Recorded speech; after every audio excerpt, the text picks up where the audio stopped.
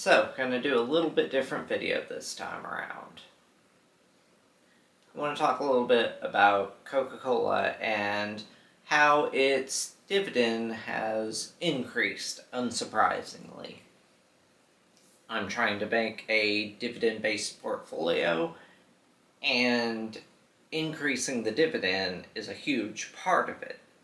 Because if it doesn't, you're not going to keep up with inflation, and stuff's just going to go downhill. So you have to either start with a fairly high yield, and that way that you can reinvest some of that yield to then get a bigger payment later, kind of reinvesting, growing the dividend yourself, or have the company naturally be increasing the dividends and ideally increasing the stock price as well to help you grow over time.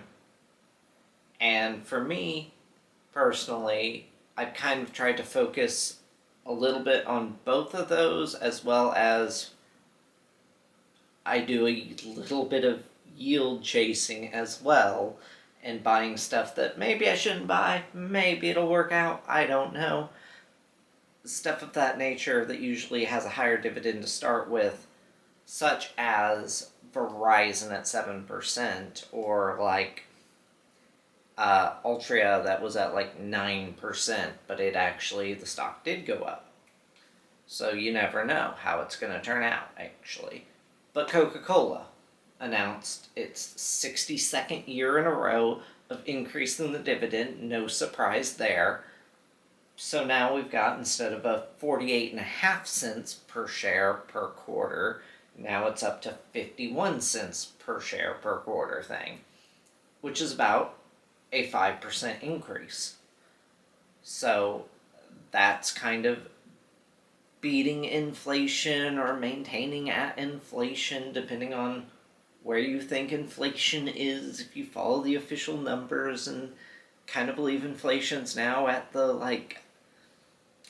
3.8%, 4% range, then Coca-Cola beat it. If you think it is closer to 5%, then Coca-Cola's keeping up with it. If you think inflation's at 8, 9% still, which I don't think it's that high, but then Coca-Cola underperformed inflation, oh no. But I do kind of think the actual statistics are pretty accurate. Data takes a while to feel it, but yeah, about a 5% increase in dividend is pretty good. And if we go back a year, real quick, what was it? It was 46 cents a year ago, and it was 42 cents the year before that, and 42 cents the year before that. So it's been up by 2 cents, up another 2 cents, up another 2.5, and then up 2.5 as well this year. So it has a long, steady history of increasing that dividend. So what I did, of course, is buy one more share of Coca-Cola, because I'm going to hit 100 eventually. Gonna keep that up. I got 2 more of IWMI, bringing me to 15 out of 20.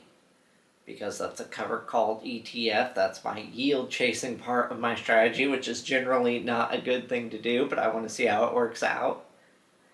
And then the solid SCHD, got another 6 shares of that, bringing me up to 115 shares of that. And that is the old standby ETF that everyone kind of swears by, and it kind of performs usually about right with the market. So it's a pretty safe bet usually, and I'm really hoping for that to work out as well. But yeah, I just wanted to touch on a little bit of Coca-Cola increasing its dividend, it's not a big deal exactly for me, because I don't have that much Coca-Cola really in the grand scheme of things. It'll change from a $30 payout to a 32 or whatever, 1.5, something like that.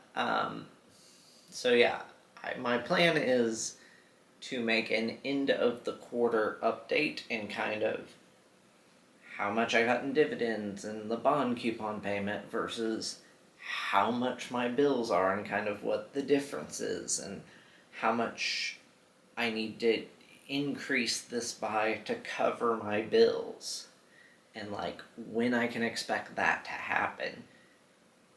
And I am hopeful that by the end of the year I will be in a position to be predicted to cover about 85 to 95% of my bills going forward. I don't know exactly what I would need to like retire. I'm thinking 100% plus 1% for each year I am till I hit 65.